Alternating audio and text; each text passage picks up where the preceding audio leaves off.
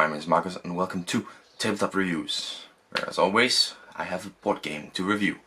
Today it is Tic-Tac-KO, a simple variation of Tic-Tac-Toe. It has the underlying dragons versus unicorns.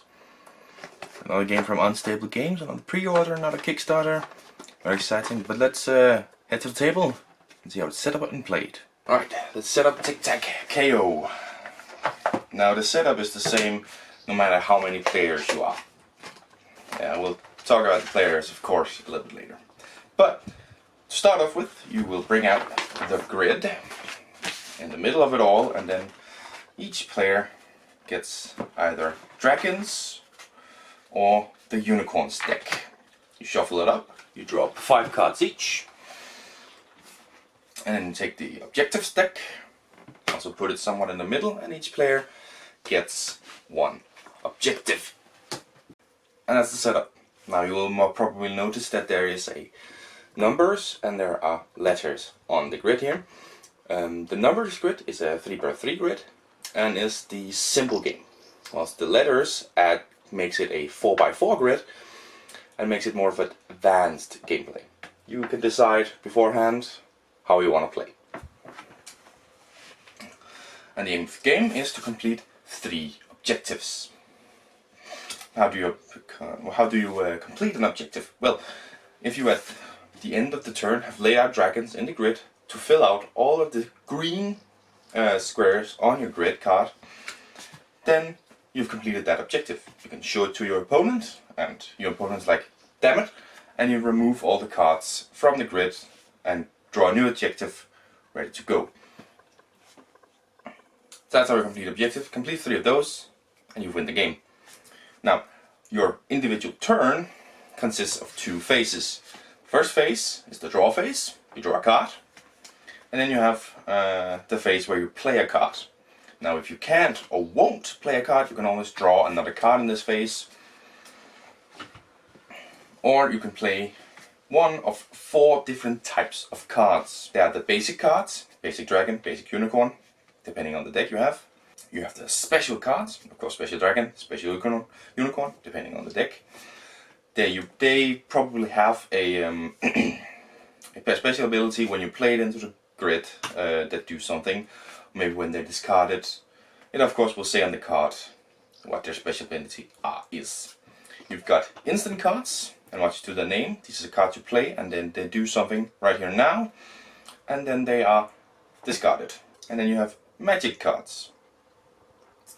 And these range a little bit. They can be an instant as well, or maybe something that happens across the turn.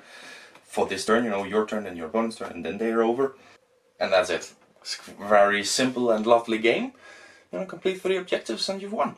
Yeah, now let's head up to the couch again and talk about my final thoughts. And there we are, that's how you set it up and that's how you play it.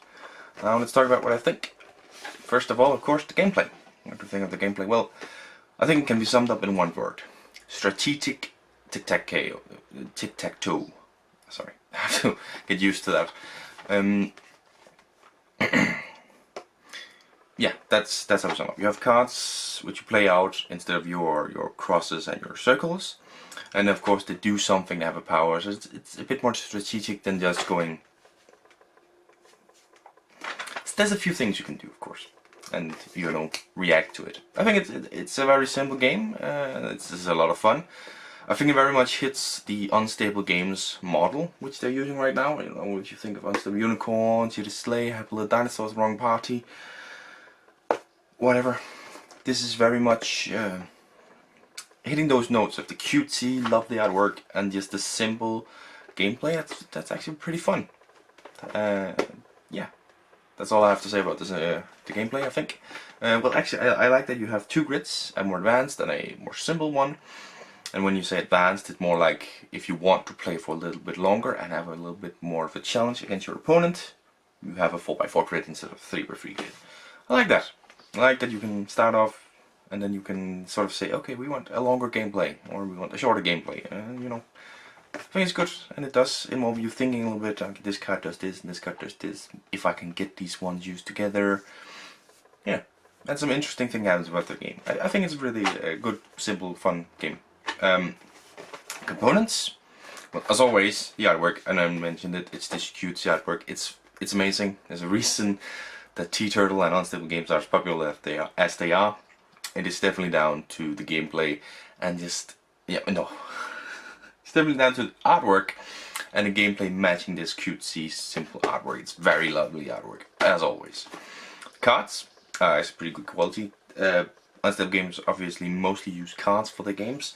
So it's very important that they are of good quality, and they most definitely are here. And the rulebook it's a fold out. I've said it in multiple episodes before, but Unstable games are the ones that does the best. They really know how to do a good rulebook in that style. Then we come to the grid, the little fold out grid. That is so terrible. I would rather have paid a little bit more and it be like a cardboard fold out one, you know, a regular board, because it is so freaking terrible. Yes, it's just so bad, and you could probably see in the video it keeps on folding up because you can't really lay it down flat because it's paper which you folded and laying in this box. It's not gonna go flat, and the cards don't weigh enough. So that is really a big complaint for me. Really, just terrible. Absolutely. So yeah, but the components are overall to the quality I expect from Unstable games, definitely. Our theme, I mean, depending on how you view the fantasy creatures of dragons and unicorns, you know, because a lot of stories, you know, the unicorns is the significance of purity and beauty and good, and the dragons are more of like a chaos and evil. In that sense, it makes sense. Dragons versus unicorns, battling out good versus evil. But for me, it's really, there isn't really a theme to talk about. It's tic-tac-KO, and you use dragons and unicorns instead of crosses and circles. And really, I have looked through some of the powers. I can't recite all of them by head, but a lot of the powers are not, you know, oh, it makes sense because it's a dragon. Oh, it makes sense because it's a unicorn. It's mostly just, oh, okay, yeah, swap cards, stop him from playing a card, discard a card. Yeah, the theme isn't really there for me. You know, it's tic-tac-toe, a little bit fancier, as I said in the gameplay. So for me, the theme isn't really there. But I can see maybe, you know, dragons versus unicorn. I can kind of see that, but it's not something I feel when I play. Does it lie to you? The big question. So on the side it says 2 to 4 players, ages 8 and up, 30 to 60 minutes. 30 to 60 minutes makes sense. Yeah, I think we have gone a game that's only lasted like 20 minutes, but again, it's about there, right? Ages 8 and up.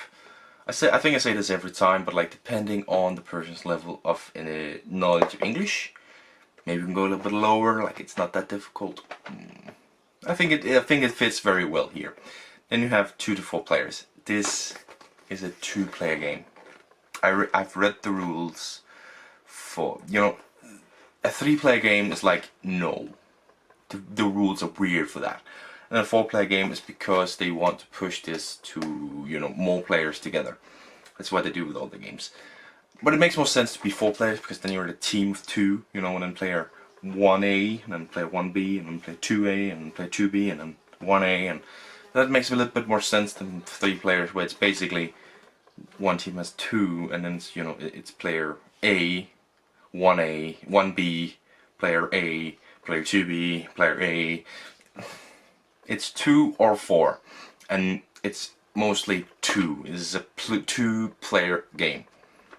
End of discussion. I'm sorry. It doesn't make sense with the 3-player, and the 4-player is just makes more sense. It is definitely designed to be 2-player, and they plastered some more players on.